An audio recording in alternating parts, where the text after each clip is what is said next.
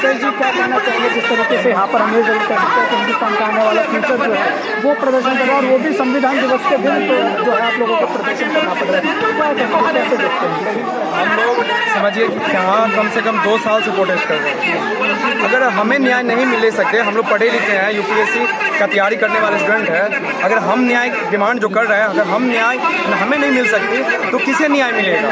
ये सरकार हमें न्याय नहीं दे रही है। और जिस भी मिनिस्टर से हम 2 सालों में मिले हैं, सभी ने बोला कि इन बच्चों को यूपीएससी एक्स्ट्रा आइटम देने का मौका मिलना चाहिए, लेकिन अभी तक कोई गवर्नमेंट कुछ भी रिप्लाई नहीं दे रही है। हमने सबसे मिल लिया, ऐसा कोई भी नहीं है जिन तक हमारी आवाज़ नहीं गई है, लेकिन ये लोग ध्यान ही नहीं दे रहे हैं। पीएमओ कार्यालय में आपने ज्ञापन पहुँचाया?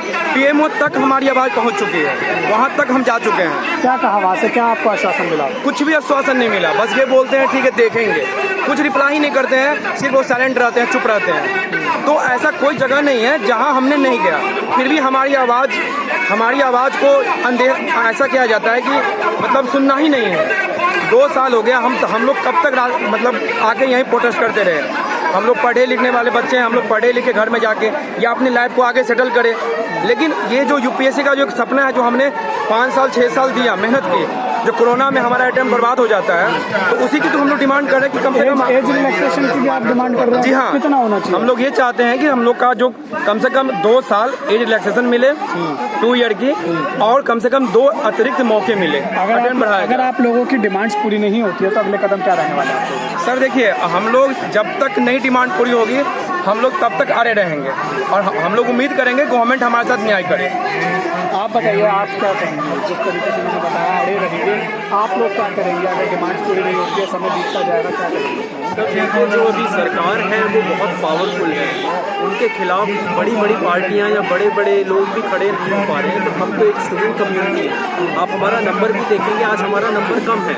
आपको ये लग रहा होगा कि कम लोगों की डिमांड है, बट सच्चाई ये है कि पहले हम आप इधर देखना चाहेंगे, पहले हम ओल्ड राजेंद्र नगर में परमिशन लेने गए थे, हमारा यहाँ पे कैंडल मार्च भी हुआ था, उसमें पुलिस ने डराया, हमारे कई लोगों को उठा के गाड़ियों में भरा, एक तरीके से भय का माहौल बनाने की कोशिश करी कि लोग इनके साथ ना जुड़ें। तो इसीलिए हमारे कई लोग अभी नहीं आए हैं, कई लोग हमारे आ रहे हैं। तो क्या हमने सरकार को वोट इसीलिए दिया था कि एक टाइम आने के बाद हमें डर का माहौल दिखाया जाए?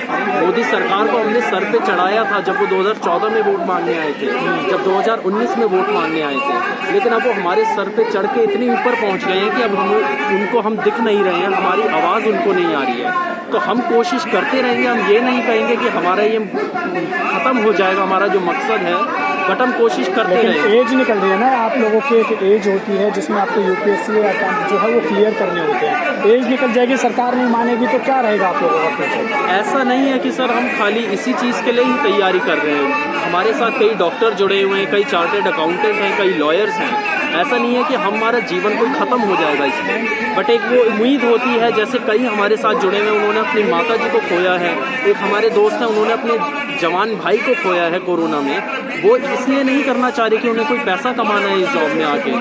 पैसा कमाने के लिए अलग उद्योग भी हैं, अलग तरीके भी हैं जिससे हम कमा सकते हैं, बट एक वो है उनके अंदर आग है कि भाई ये हमें करना है, कोई वो सेवा भाव के लिए करना चाह रहे हैं ये, ना कि पैसा कमाने के लिए। नरेंद्र मोदी सरकार युवाओं के एग्जाम पे चर्चा तो करना चाह रही है, नरेंद्र मोदी जी खुद करते हैं, मन की बात करते हैं, और फिर आप लोगों की मन की बात क्यों नहीं सुनी जा रही है? सर वही मैं कह रहा हूँ, हमने उनको इतना ऊपर बिठा दिया है कि अब उनको हमारी ना आवाज़ सुनाई दे रही है, ना ही एक जनता दिखाई दे रही है।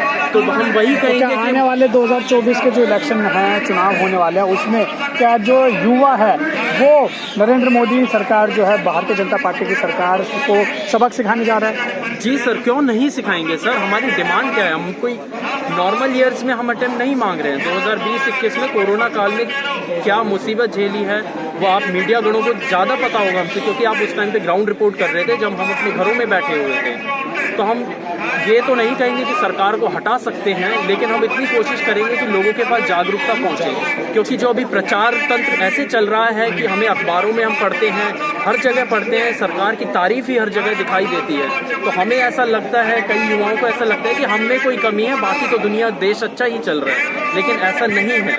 यहाँ पे आप देखेंगे कई लोग यहाँ पे प्रदर्शन कर रहे हैं। आप ये सरकार का ये भी देखिए, इतने छोटे से एरिया में इतने लोगों को इकट्ठा करके जलियांवाला बाग की तरह ही है ये। अगर आप इधर से एंट्री करके अगर दिखाएंगे अपने दर्शकों को तो जलियांवाला बाग ही है ये एक तरीके से। यहाँ पे अगर किसी साइड से बंद कर रहा है, दोनों तरफ से बंद है, एक छोटा सा संकरा सा रास्ता है। किसी दिन भी अगर किसी ने आवाज ज्यादा उठाई तो एक डायर आ जाएगा यहाँ पे भी और हो जाएगा यहाँ पे भी अगला जलियांवाला बाग। मैं बस